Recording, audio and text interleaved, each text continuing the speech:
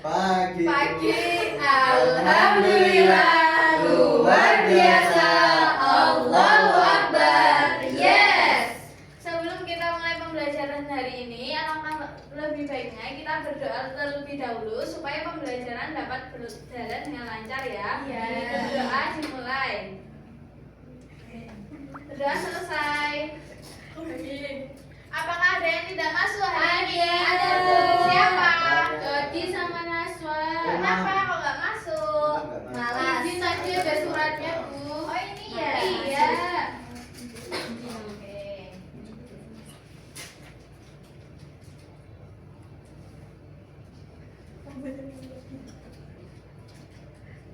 Supaya kita semangat belajar hari ini, kita akan ice breaking terlebih dahulu ya. Iya. Silakan berdiri semuanya dulu.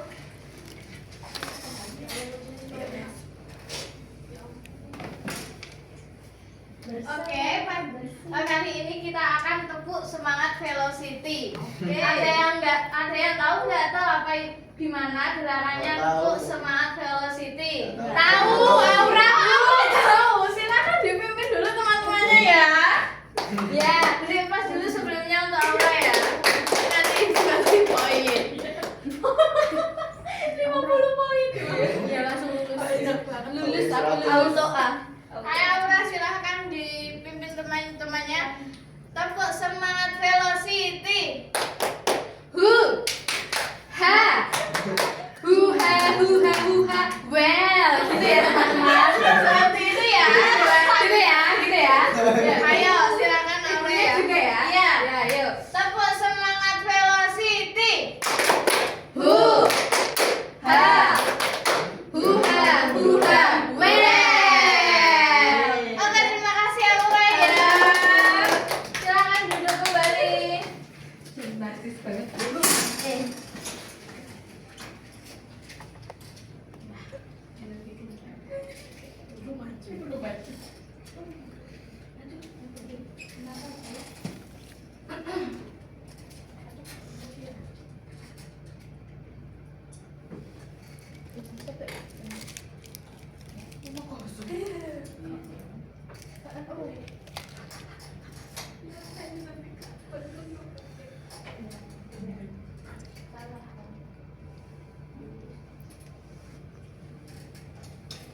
Nah, silakan diperhatikan gambar ini ya. Iya. Gambar A ini apa coba? Pelangi. Kalau yang gambar B? Paku. Paku berkarat. Paku berkarat. Oke, nah jadi kali ini kita akan belajar mempelajari bagaimana fenomena sains yang ada di kehidupan sehari-hari ya. Nah, hari ini kita akan menyelidiki bagaimana para ilmuwan memahami fenomena-fenomena seperti ini. Jadi tujuan pembelajaran pada hari ini adalah kalian dapat memahami apa itu sains dan apa saja cabang-cabangnya dari ilmu sains. Kemudian kalian juga dapat mengetahui alat-alat dalam laboratorium IPA serta dapat mengetahui tahapan-tahapan melakukan percobaan.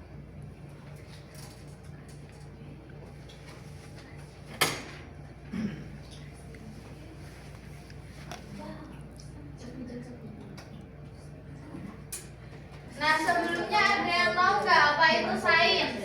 Tahu. Apa? Coba Rian. Sains adalah ilmu pengetahuan yang diperoleh melalui proses sistematis menggunakan langkah-langkah pengamatan, pengukuran, percobaan, dan paranormal logis untuk memahami fenomena alam. Ya, betul sekali ya. Jadi, sains tidak hanya berisi kumpulan fakta, tapi juga melainkan juga cara berpikir kritis untuk menjawab pertanyaan mengapa dan bagaimana sesuatu yang terjadi. Melalui sains, manusia dapat menemukan hukum-hukum alam, merumuskan teori serta memanfaatkan pengetahuan tersebut untuk meningkatkan kualitas hidup. Selanjutnya, ada yang tahu nggak cabang-cabang ilmu sains itu apa saja? Biologi, fisika, kimia, astronomi, biologi, ekologi. Kalau biologi Contohnya cabang yang lain, contohnya cabang dari ilmu biologi. Ada yang tahu nggak? Zoologi itu membahas tentang apa? Hewan. Hewan. Terus ada lagi? Ada botani. Ya, membahas tentang apa botani itu? Botani itu membahas tentang tumbuhan ya. Oh Ya, ya. Terus fisika. Fisika, cabang-cabang ilmu fisika, ada yang tahu apa aja? Jadi cabang ilmu fisika adalah mempelajari zat dan energi termasuk gejala, fenomena, serta sifat benda-benda sekitar. Cabangnya seperti apa, Amalia? Mekanika, Ya, terus? elektronika, optika, fisika kuantum, dan termodinamika. Oke. Nah, kalau kimia itu adalah studi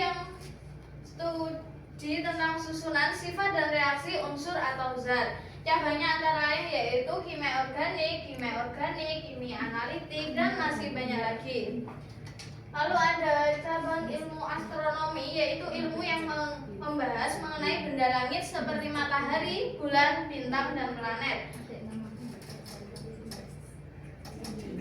Lalu ada ilmu geologi yang mempelajari bumi, sistem cuaca, iklim, lautan, dan masih banyak lagi. Cabangnya seperti ilmu geografi, meteorologi, dan oseanografi. Lalu untuk ekologi yaitu studi interaksi makhluk hidup dengan lingkungannya, termasuk keanekaragaman hayati dan proses ekologis. Ya. Selanjutnya kita akan ini ya, membahas tentang laboratorium IPA. Di laboratorium IPA itu banyak sekali alat-alatnya. Sebelumnya ada yang tahu alat-alat yang di laboratorium IPA apa saja? Labu apa? Kelas ukur, Terus? mikroskop, Timbangan. Ya. neraca pegas, termometer, Gelas ukur itu fungsinya untuk apa? Mengukur. Untuk mengukur bahan ya. Ya. Kalau ini goshead, klem, serigala porcelain fungsinya untuk mengamankan atau menjepit alat lain. Oke, betul sekali. Kalau mikroskop, Umi untuk apa? Untuk mengamati benda berukuran hal kecil. Ya. Kalau ini Vernier caliper, Vanessa untuk apa? Untuk mengukur dengan tingkat ketelitian sampai 100 mm. Betul sekali ya. Nah, ada masih banyak lagi ya sebenarnya alat-alat laboratorium IPA yang biasanya kita gunakan. Selanjutnya, biasanya kan kalau praktikum itu banyak sekali ya zat-zat yang kayak menimbulkan korosif. Nah, korosif itu adalah zat yang dapat merusak jaringan di manusia. Jadi kalau terkena itu bisa gatal-gatal atau sakit gitu. Seperti contohnya itu NaCl karena sangat kuat sekali asamnya. Nah, untuk itu kita harus mengetahui simbol-simbol bahaya di laboratorium. Ini ada simbol-simbolnya, bisa diperhatikan ya, supaya kalau nanti kalian praktikum dapat tidak terjadi ini kecelakaan kerja. Ini simbol dari beracun. Simbolnya ini ya, diperhatikan semuanya ya. Ada tengkoraknya ya, Bu? Iya, betul sekali. Kalau yang ada simbolnya api, itu berarti mudah terbakar. Kalau yang ini, sebelahnya ini, itu mudah teroksidasi ya. Dan masih banyak lagi simbol-simbol lainnya. Nanti akan Ibu kasih di pertemuan selanjutnya.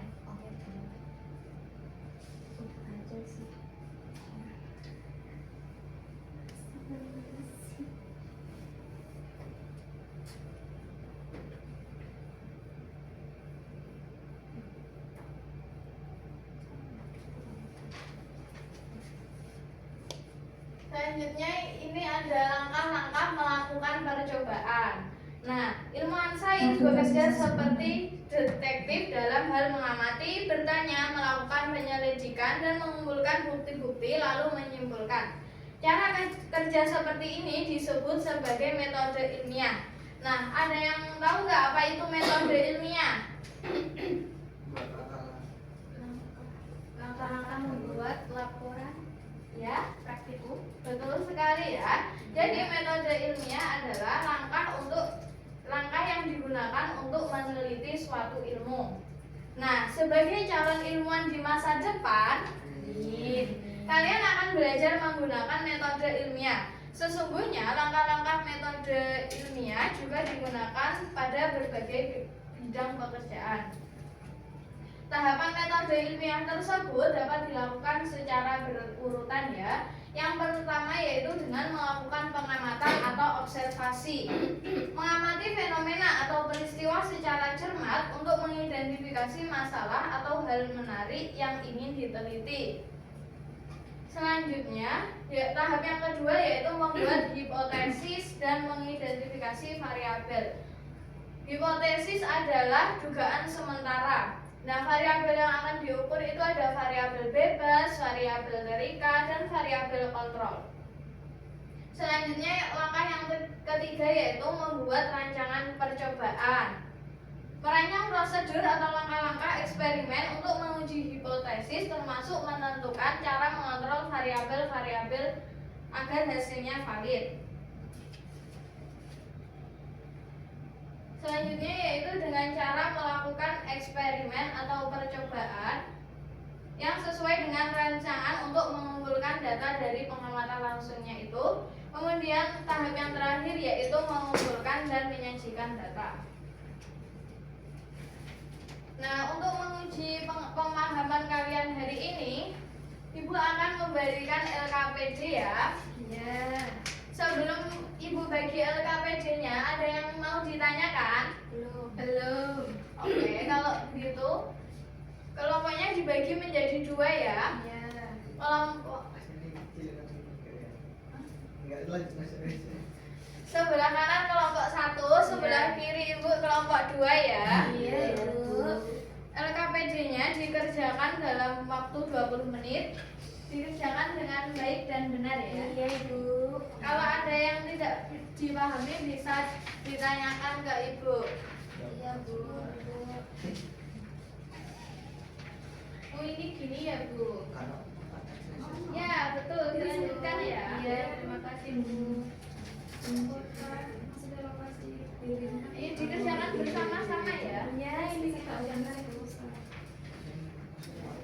Gimana kelompok 2 ada yang ditanyakan?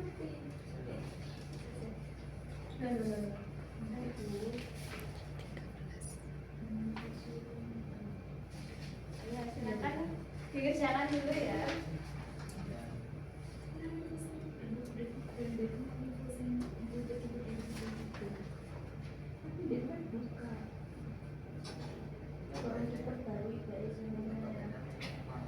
Oke, apakah sudah selesai semuanya? Sudah. Oke, kalau sudah bisa presentasi ke depan ya. Mau kelompok 1 atau kelompok 2 dulu nih? Ayo, ya perwakilan aja. Gak apa-apa, biar semangat.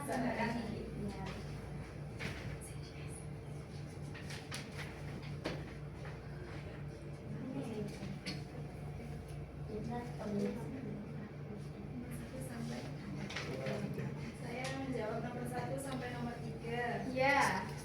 Yang pertama ada orientasi dan perumusan masalah. Jadi di gambar ini terdapat 2 pot tanaman yang diletakkan di tempat berbeda selama 7 hari. Pot A diletakkan di tempat terbuka yang terkena matahari, sedangkan pot B disimpan di ruang gelap. Kedua pot disiram dengan jumlah air yang sama setiap hari. Fenomena sains apa yang tampak pada ilustrasi di atas? Yaitu fenomena pertumbuhan tanaman. Yang menurutmu mengapa hasil pertumbuhan kedua tanaman berbeda? Karena tanaman membutuhkan cahaya untuk fotosintesis. Yang kedua adalah merumuskan masalah. Berdasarkan fenomena tersebut, tuliskan minimal 2 rumusan masalah yang mungkin diteliti. 1. Apakah cahaya mempengaruhi pertumbuhan tanaman? Yang kedua, mengapa tanaman di ruang gelap tumbuh lebih lambat? Yang ketiga adalah merumuskan hipotesis. Tuliskan dugaan sementara atau hipotesis dari rumusan masalah yang kamu buat. Hipotesisnya adalah jika tanaman diletakkan di tempat terang, maka pertumbuhannya lebih baik dibanding tempat yang gelap. Oke, jawabannya tepat sekali ya kelompok 2. Jawaban untuk kelompok 2. Oke, silakan duduk kembali kelompok 2. Pinter banget. Silakan gilirannya kelompok 1 lanjut. Nah, di sini saya akan menjawab nomor 4, 5, 6. Pertama, nomor 4. Dari tabel yang sudah kami jawab, pot mana yang tumbuh lebih cepat? Pot A. Ya. Kemudian faktor apa yang paling mungkin mempengaruhi perbedaan pertumbuhan, cahaya, atau faktor lingkungan terutama intensitas cahaya? Apa data mendukung hipotesismu? Jelaskan. Ya, hipotesis didukung data karena tanaman pada pot terang tumbuh lebih cepat. Kesimpulannya, cahaya mempengaruhi pertumbuhan tanaman. Tanaman yang mendapatkan cahaya tumbuh lebih baik. Betul sekali jawaban dari kelompok 1 ya. Iya. Berikan dulu untuk kelompok 1. Silakan duduk kembali ya. Ini angka penjanya dibuat dulu ya. Waktu tersisa 4 menit. Oke, kalau udah nggak ada pertanyaan, terus nggak ada pertanyaan ya? Nggak ada Bu. Oke. Nah, jadi kesimpulan pembelajaran hari ini adalah sains adalah ilmu yang mempelajari fenomena alam melalui langkah sistematis yang disebut metode ilmiah serta menghasilkan pengetahuan yang dapat diuji kebenarannya. Sains memiliki berbagai cabang seperti biologi, fisika, dan kimia yang membantu manusia memahami alam. Dalam kegiatan ilmiah di laboratorium diperlukan penerapan keselamatan kerja dan pemahaman simbol bahaya. Dengan mempelajari hakikat sains dan metode ilmiah, peserta didik diharapkan mampu berpikir kritis, bersikap ilmiah, dan memecahkan masalah berdasarkan bukti. Seperti itu ya.